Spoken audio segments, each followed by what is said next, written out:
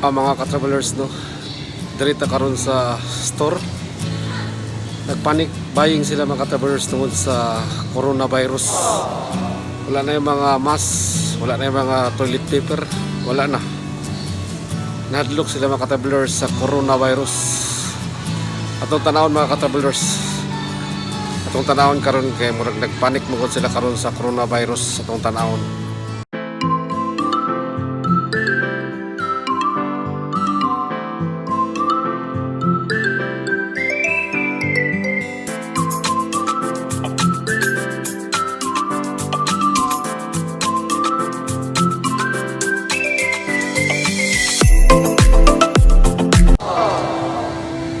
Diri sa Japan tungod sa coronavirus, wala na toilet paper niya mga eskwelahan, mga 1 month siguro walay sulod sa klase, stop ang ilang klase tungod sa coronavirus niya. Ang katong sa 3 towers sa Tokyo na-close sila mga 2 ka semana kapin siguro. Basta ang Tokyo Disneyland tanan nga mga tourist spot karon na-close mga ka-travelers.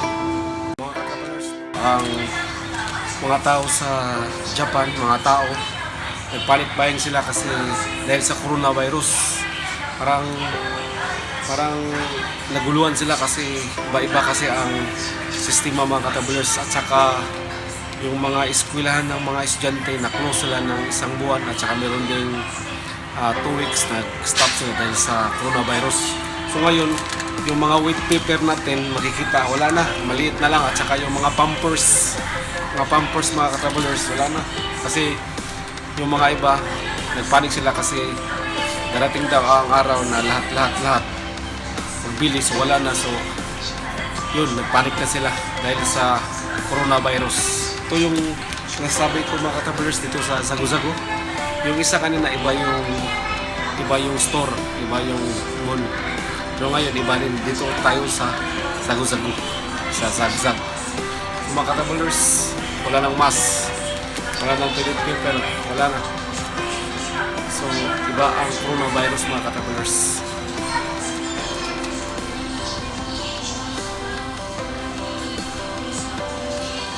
Mga ka-travelers, ang mga tao sa Japan, mapanic buying sila. Wala nang toilet paper, wala nang mga mask, wala na yung mga pangpahid sa mukha, wala na. Dahil sa coronavirus mga ka-travelers, wala na.